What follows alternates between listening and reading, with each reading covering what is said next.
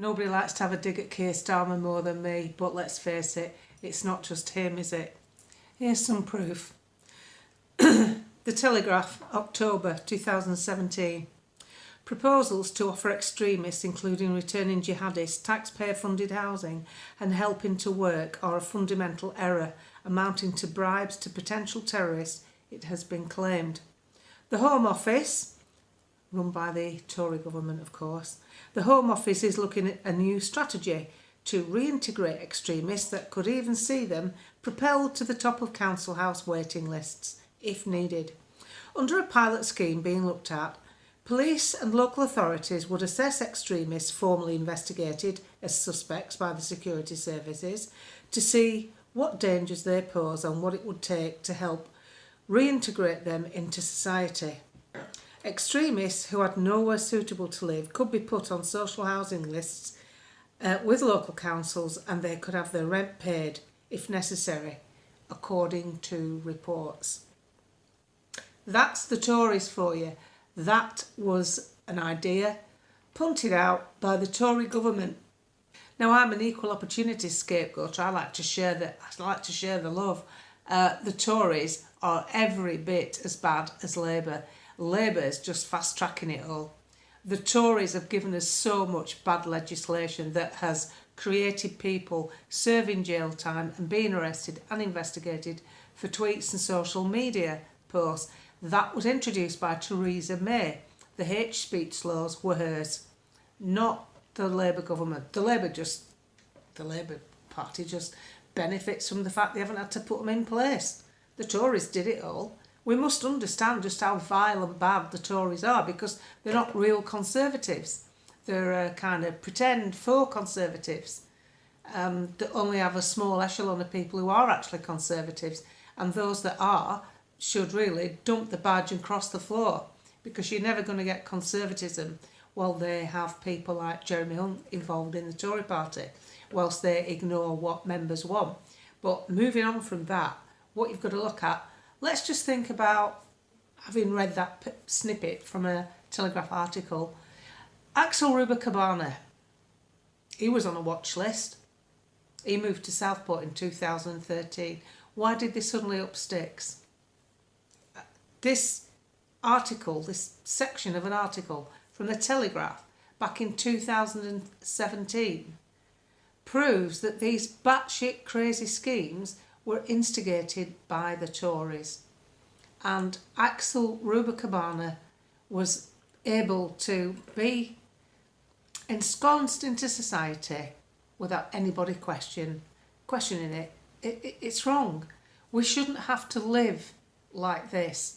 And one of the biggest problems, of course, is the civil service, which is why a politician whose name rhymes with garage is hell-bent on turning the civil service round. The top flight echelon of the Mandarins, the Yes Minister, the Sir Humphreys of this world, are all Blairites.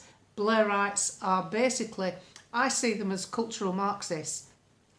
See, the trouble is, we've had cultural Marxism dotted across the civil service for donkey's years. Think back to Philby, Burgess and Maclean. They were cultural Marxists. That's why they worked for Russia, because they believed in communism. And unfortunately, the civil service it's not even peppered with them. It's saturated with them. You know, people during lockdown, when Tony Blair said on his Twitter feed, he was proud to announce he was embedded in governments across the world to advise on restrictions. That word embedded means they're in the government. They're in the civil service. They're members of his cult, whatever you want to call it, and they're in the government. How do you work around that? Can you see now everything went lockstep across the world? Because the same advisors were getting the same advice from the same source. I'm quite a big believer in the fact that Tony Blair's never left power, because there's always been something. You can often run things without having a seat at the table. And I think that's what's gone on over these last few years. I actually believe, somebody said it to me years ago and I thought it was a nutcase. It was, well, you know who really runs this country? Tony Blair. And I thought, what? But I'm beginning to think you were right. I'm beginning to think that Tony Blair's a hand in everything that happens to this country. Farage was criticised many months ago because he condoned what Blair had said about rolling out the arms shot. He wasn't condoning that we needed it. He was saying that Tony Blair's method was the right method to use if we needed it. We didn't need it. But Tony Blair, some of his ideas, and this is why I've got to pick through it, some of his actual ideas are clever, but they all lead to one thing, which is control. If you needed what we were told we needed during lockdown, everybody taking it, if you actually needed that, his idea would have been the right way to follow it. But of course, Nigel wised up, didn't he? I know there's a lot of people think people got placebos and stuff, but I look at the royal family and I think I'm not so sure about that. Kate Middleton, Camilla, Charles. When have you ever known 3 high-ranking figures in the royal family all seriously ill at the same time with a similar disease? When you know that what's happened with how many rapid cancers have been diagnosed in recent years, couple of years.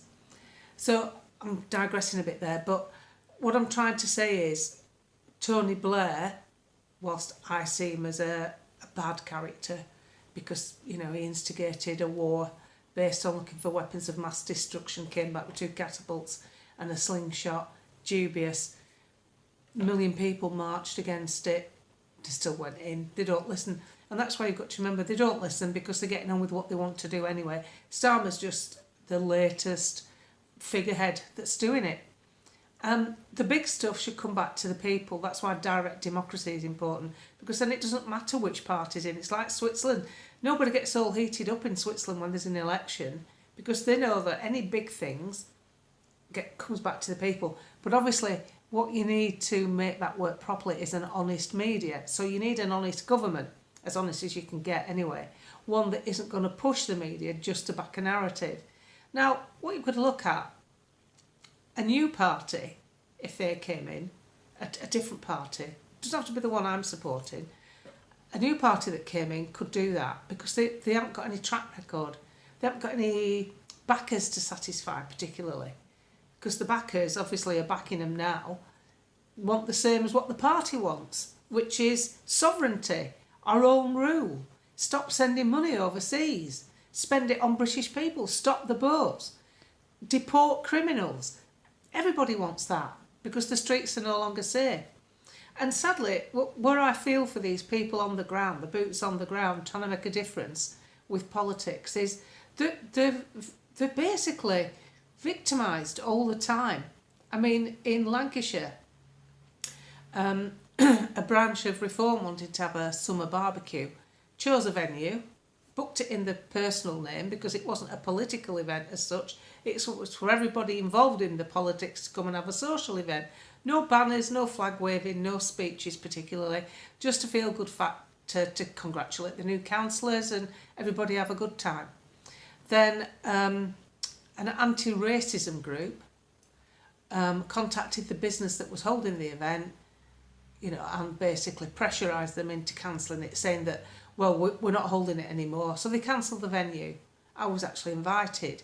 They cancelled the venue because they said they didn't support any political parties. This wasn't politics. This was people involved in politics getting together for a social event, completely different.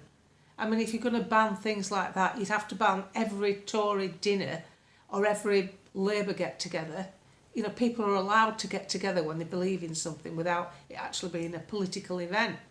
So this is what people are up against all the time. It takes a lot of courage to do what these councillors have done, and these canvassers and these branch managers and people. You know, it's all right for me. I'm blogging from home. All right, sometimes it might be a bit airy when I go out.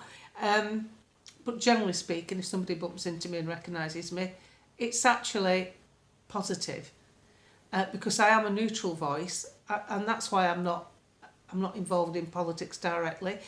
How can I condemn something that I've joined? I'd feel disingenuous. I know a couple of people have quite high-ranking people that a lot have come to rely on, but I wouldn't like to do that.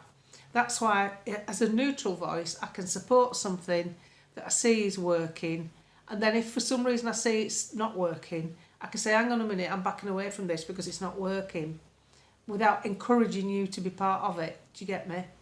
So there's a lot of things going on, and what we have to remember is there's a lot of powerful people don't want us to have what we want. And the Tory party are part of that problem.